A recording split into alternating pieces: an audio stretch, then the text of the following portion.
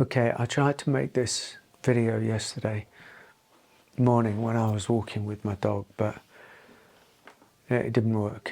It was too all over the place, really. But basically what I was trying to talk about was that in my experience, which is limited, but it's over a long period of time, on a personal level, going through what I have realized is a very deep transformational and spiritual human journey. And from working with many people, with Amoda, my wife, spiritual seekers, running sessions, doing events online and in person, is that really, in all honesty, the spiritual journey is one that really, to be really committed to transformation, one really must, in so many ways, not just keep it as a mental seeking, or a mental longing, or a mental inquiry, or a mental realization, or a philosophy, or any of these things. All of these, everything that I'm talking about today is worthwhile in and of itself. There's no judgment here. It's not up to me to judge where other people are at or what other people are up to. But I'm just really speaking from my own experience here, is that if you want your spiritual undertaking, a spiritual journey, a spiritual seeking, and if you want peace, if you really want a deeper equanimity, then it's not enough to stay on the mental level. And what really needs to somehow take place is an entire experience of the organism, the whole organism, top to bottom, bottom to top. The roots of the tree, the branches, the roots of the tree, the trunk of the tree, the branches of the tree, the whole thing connected to the earth, and the branches reaching into the vast heavens, and us as the divine conduit between the two. This is what I'm talking about, in a way, is an entirely natural kind of movement that is a holistic kind of non-duality in my experience, where the realization of union, the realization of awareness is all, of the oneness of everything, of no separation. And all of these fundamentally, beautiful and it would appear kind of true realizations, then need to, somehow, either before or afterwards, whatever happens, is for that realization to then filter down, from spirit, if you like, from higher mind into lower mind, into the belief systems, into places where we have fundamental beliefs, places where the conditioned beliefs, really kind of keep us locked in some kind of way, whatever they are. And as that falls deeper, so it falls into the emotional mind, or the emotions are very important in, I would say, for most people on the awakening path. And the emotions are kind of in the, if we look at it in that way, are in the middle zone between mind and body.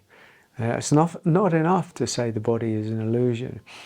It's not enough to say we as an individuation, or as an experience, the dreamer, is an illusion, because still we're left here on this plane of existence, trying to navigate our way through this reality, navigate our way in this reality. And I believe the longing for equanimity, for grace, for presence in all situations, in all encounters, is the living of the non-dual realization. How to bring that non-dual realization into the lived experience. And that's where I like to, talk, really, is about the lived experience. It's not so much about what is awareness, what is union, It's about, where does that really leave me? Where does it leave me when I'm in the market? Where does it leave me when, I'm up against something, when I'm driving? Where does it leave me in relationship with my beloved, with my loved one, who's not on the same path as me, who is not doing the same spiritual things that I'm doing? Where does it leave me in relationship to my family, who thinks I'm woo-woo, who thinks I'm crazy, who have no interest in spirituality or union or oneness or non-duality at all? They're entrenched in the world. What do I do about that? How am I going to navigate that? And what does it mean in relationship to me and my body? The body is a challenge to anybody. At some point the body becomes a challenge, and what I've noticed, the emotional body is a challenge as well. What I've noticed is that we've got the realization of union, of non-duality, let's say. And the body starts becoming symptomatic. The body starts its movement. Maybe some symptoms appear, or pains appear, or something happens, or an accident happens, or the body is in movement. The body is not fixed. The emotional body is not fixed. The physical body is not fixed. One day you wake up, you feel great. The next day you wake up, you feel terrible. What do we do about that? Because only when the body is cleaned up, somehow, the emotional body is cleaned up, the mental body is cleaned up, only when there's a cleaning of the temple in some kind of way, that allows the body to breathe and relax, breathe and relax. Only when emotions are allowed to breathe and relax, and we can actually embrace the feeling nature of us. And when the thoughts and when the beliefs are not tyrannizing us so much as, they have done, maybe, these fixed, I'm this, I'm that, the world is this, the world is that, this shouldn't happen, this should happen. This rigidity of thought, of belief that we carry around in our lives, that starts to loosen up. I talk about softness, and this is the softness that I'm talking about. It's like to soften up all aspects of us, to soften up the rigid mind, to soften up the tight emotions, to soften up the rigid armoring of the body. And all of these are in a kind of relationship with each other. And when we start messing about, interrupting the patterning of one area of our life, well, it starts to impact on the other area. So we shake up the body, and pretty soon it starts shaking up the emotions, and pretty soon it starts shaking up the rigid belief systems, and the whole deck of cards, the false deck of cards in a way, but the deck of cards nevertheless, the conditioned scaffolding that holds up the self starts to go like this. And we think it's terrible, but it's beautiful. We think it's scary because it is, but actually the fear is still an invitation to deepen ever more into a kind of softening. This is profound. This is extremely profound. And that's the invitation, I think, that life offers us in the embodiment.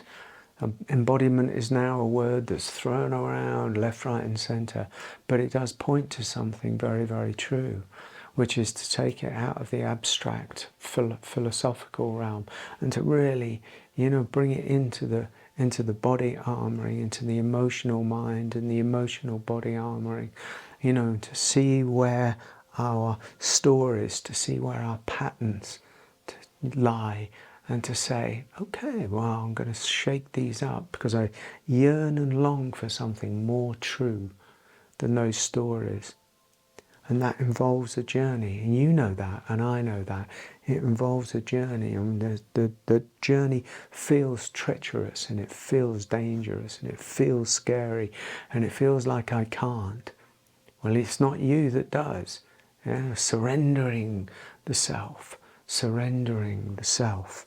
Yeah, the one that has held on, the one that has been built by the conditioning and the society and the rigid, I've got to be like this in order to survive the world. You know, this starts to shake, and as it shakes, you know, so it feels very unknown. You know, and the self, mind self, is frightened of the unknown. Of course it is, because it needs to know. It works on a need-to-know basis. Yeah, the mind, this mind that we're talking about, works on a need-to-know basis. It's cast its net back into the past. Yeah, and it says through experience, like a computer, it's like AI. This happened, this happened, this happened. Extrapolate reason for it and project that into the future so that we're guarded against, you know, what will happen if that kind of thing happens again in the future. Past, future, past, future. Yeah, that's the way of it. That's the way of the kind of egoic mind. And so it has no idea of the unknown. Yeah? If the unknown is a place where, well, I don't know what to do, and that's the whole point. I don't know what to do. That's what we want. I don't know what to do. I've worked with loads of people, and they've come, and you know, we've had a dialogue and a conversation. They say, well, I don't know what to do. And I'm like, that's fantastic. Stay there. Stay there. And but, yeah, the mind goes, but, no, stay there. And some heat rises, yeah, because the self is starting to get agitated because it wants to know so much. Stay there, stay there, stay there. So it's kind of, you know, you get a heat build-up of discomfort, of, you know, deeper emotions start to come up. So we don't like those gaps. We don't like those gaps because there's less control. Yeah, there's less known in those places. But those are the areas that we kind of need to go into and explore as much as we can, to the extent that we can, and then stop, and you know, and then next time there'll be a calling. There's no demand for it to happen now. It's absurd. You know, it's a very realistic way of being, but. It's like the filtering down. You know, by and by, things start to change. You can't look, my old teacher said, never look for the results of your endeavours on the spiritual path. Don't do it. Don't go looking for results. It's not a school. You're not at school. We're not at college. You know, we're not in the workplace. This is an entirely different thing. The spiritual journey is an entirely different beast. Completely. So don't look for results, but commit to the journey. Commit. You know, where are you holding on? You know, what are your eating habits? What are your addictions? You know, where are they taking you? And what have you built them for? You know, because usually, you know, we're all tangled up with emotional insecurities. And we bury those hidden emotions in addictions, in habits, you know, that kind of keep it at bay or keep it suppressed, to keep it down. Yeah, we keep ourselves down because we're scared of how we feel, or we don't have access to how we feel, which is more true so often. And so we kind of project them into eating habits, or drinking habits, or drug habits, or, you know, relationship habits, or dysfunctional habits, and, you know, and that, you know, it's like, if you really want transformation, some of these things are going to have to be looked at to see our patterns. Best thing I ever did was see my patterns very, very clearly, to start to see why I was doing what I was doing. I was talking to somebody, I think yesterday, a client yesterday, and it was like we started to trace some patterning back into her past. We don't have to psychoanalyze it, you know, necessarily, but it's good to see the roots of things. I'm like this, you know, 40 years later, I'm like this because of stuff that happened back there that then I repeated, and then something happened and I still caught in a pattern that goes round and round and round, because then you've got awareness. Awareness is the great gift. Yeah, awareness of one's self, awareness of one's body, awareness of one's tightness, awareness of one's emotionality, awareness where we give ourselves away to others, awareness where we transact ourselves, yeah, with other people, awareness of where we barter for love, of where we seek love in the world, imagining somehow that it's going to give us the wholeness, the fullness, the reward, or the approval that we so desperately seek. To see all of those patterns playing themselves out, because we are intricate human beings. Make no mistake, we are intricate, you know, nuanced human beings, and there's nothing that we can do about that, because it's a beautiful thing. It's a beautiful thing. But, you know, to see, to bring awareness, to see with equanimity, you know, what one's patterning is on the physical level, on the emotional level, yeah, on the mental level, where I hide behind my beliefs because I believe this is true. Yeah, this is, and I'll hold on and I'll fight for this belief. And that's okay if that's what you want, you know, but a lot of beliefs, you know, are based on, not on fact, not on truth, whatever that may be, you know, based on something within, and something historic, and something to do with the past.